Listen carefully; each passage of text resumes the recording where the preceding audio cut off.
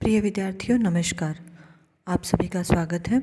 मध्यकालीन भारतीय इतिहास के अंतर्गत हम मुगल वंश के बारे में चर्चा कर रहे थे। अब तक हम मुगल वंश के शासकों बाबर, हुमायूं, अकबर और जहांगीर के शासनकाल व उपलब्धियों के बारे में चर्चा कर चुके हैं।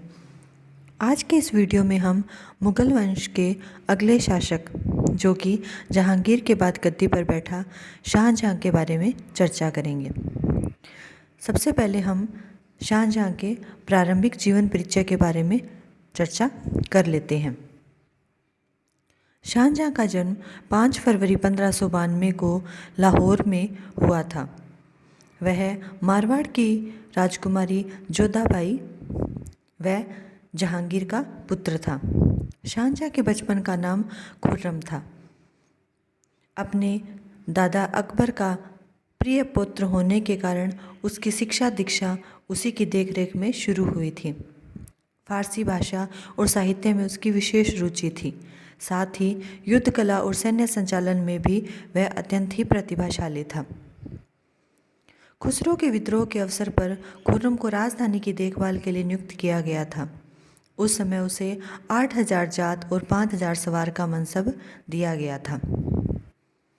खुसरो के विद्रोह के बाद से खुर्रम को गद्दी का उत्तराधिकारी समझा जाने लगा था। 1612 में शाहजहां का विवाह नूरजहां के भाई आसफ खां की पुत्री अर्जुमंद बानो बेगम के साथ हुआ और वह नूरजहां गुट का सदस्य बन गया। इस गुट ने अगले 10 वर्ष तक मुगल साम्राज्य पर शासन किया। उसे शाहजहां की उपाधि और 30,000 जात और 20,000 सवार का मनसब मिला, जो कि अपने आप में अभूतपूर्व था। उसे भावी सम्राट समझा जाने लगा, परंतु कुछ समय पश्चात उसके लिए कठिन वक्त शुरू हो गया, क्योंकि नूरजहां ने शाहजहां का साथ छोड़कर शहरयार का पक्ष लेना आरंभ कर दिया था। तब विवश होकर उसे अपने पिता के विरुद्ध विद्रोह करना पड़ा, परंतु उसका विद्रोह असफल हुआ और 1626 में उसे अपने पिता की शर्तों पर समर्पण करना पड़ा। 1627 में जब जहांगीर की मृत्यु हुई, उस समय शाहजहां दक्षिणी भारत में था। इस समय उसकी सहायता उसके ससुर आसफ खां ने की।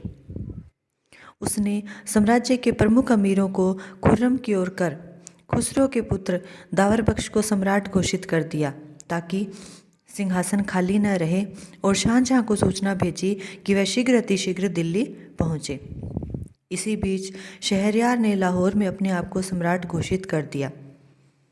आसफ खां, जो शाहजहां की ओर से युद्ध की तैयारी कर रहा था, उसने लाहौर के पास शहरयार को परास्त किया और उसे बंदी बना लिया। शाहजहां शीघ्रता से आगरा की तरफ आ रहा था। तभी उसे रास्ते में शहरयार की पराजय का समाचार मिला। शाहजहां के ससुर आसफ खान ने उसके कहने पर अन्य सभी राजकुमारों को मौत के घाट उतार दिया।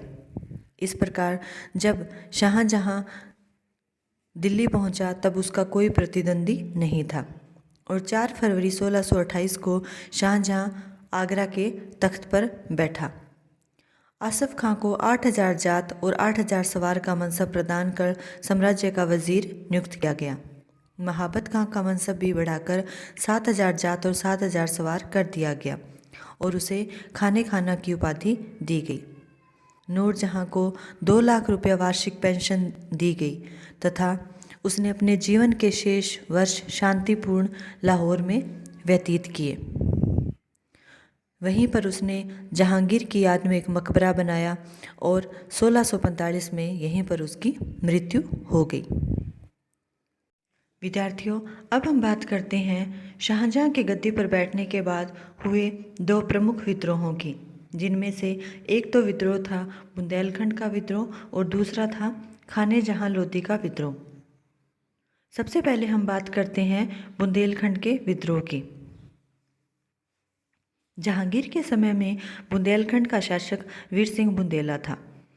उसकी मृत्यु के बाद उसका लड़का जुझार सिंह बुंदेलखंड का शासक बना।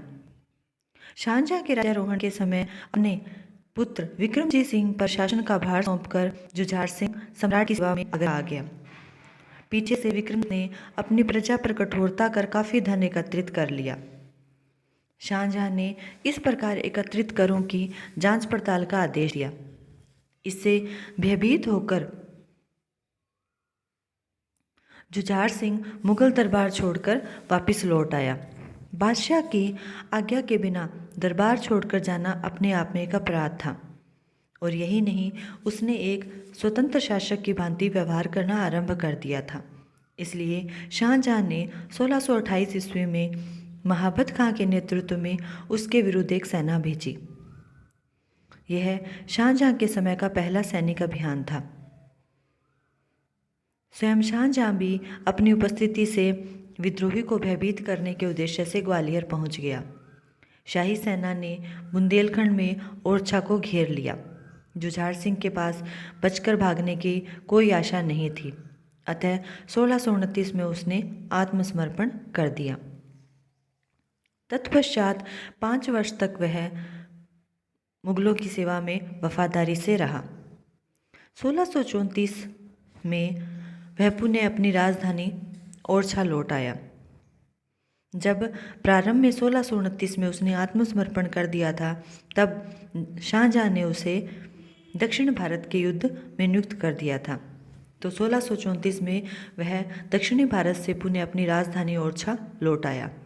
35 में उसने गोंडवाना पर आक्रमण कर दिया और उसकी राजधानी चौरागढ़ को जीत लिया। उसने शाहजहां की परवाह भी नहीं की। उसने अपने पुत्र, जो कि दक्षिण में मुगलों की सेवा में था, उसे भी वापस बुला लिया। इससे शाहजहां ने जुझार सिंह को आज्ञा दी कि या तो वह गोंडवाना सम्राट को सौंप दे या उसके बदले में स्वयं की जागीर छोड़ दे और साथ में 5 लाख रुपया दे। परंतु जुझार सिंह ने शाहजहां की आज्ञा की अवहेलना की, तो शाहजहां ने औरंगजेब के नेतृत्व में एक बड़ी सेना आक्रमण के लिए भेजी। औरंगजेब ने राजधानी ओरछा को घेर लिया। कोई उपाय न पाकर जुझार सिंह ने मुगल सेना का मुकाबला किया, लेकिन वह परास्त हुआ। इस प्रकार बुंदेलखंड का जो विद्रोह था वो समाप्त हुआ और शाहजहां को पूर्ण विजय मिली। साथ ही उसे बहुत सी भूमि व धन भी प्राप्त हुआ। विद्यार्थियों, शाहजहां के समय का दूसरा प्रमुख विद्रोह था खाने जहां लोदी का विद्रोह। खाने जहां लोदी जहांगीर के अंतिम समय में दक्षिण का सूबेदार था। उसने 3 लाख रुपए रिश्वत का लेकर बालाघाट का इलाका अहमदनगर को सौंप दिया था। उसने अपनी अफगान प्रवृत्ति के अनुकूल जहांगीर की मृत्यु के बाद जो अव्यवस्थित स्थिति हुई थी, उसका लाभ उठाकर दक्षिण में अपना स्वतंत्र राज्य स्थापित करने का प्रयास किया। शाहजहां ने महाबत खां को खाने खाना का पद दिया, जो जहांगीर के समय उसे दिया गया था। इससे भी वह असंतुष्ट था। अब शाहजहां ने उसे दक्षिण का सूबेदार बनाकर बालाघाट का इलाका जीतने का आदेश दिया, परंतु वह उसे जीत नहीं पाया। तब शाहजहां ने उसे वापस बुला लिया और उसके स्थान पर महाबत खां को दक्षिण का सूबेदार नियुक्त कर दिया। इससे वह असंतुष्ट हुआ। कुछ समय बाद उसने राज्यसभा में जाना छोड़ दिया और 1629 में बिना बादशाह की अनुमति के वह दक्षिण की ओर चला गया। तब मुगलों ने ख्वाजा अबुल हसन के नेतृत्व में उसका पीछा किया। चंबल नदी के पास दोनों में युद्ध हुआ, जिसमें खाने जहां लोदी को हार कर भागना पड़ा। अंत में वह अहमदनगर पहुंचा। उसने निज़ाम शाह की मदद से मुगलों के कुछ इलाकों पर अधिकार कर लिया।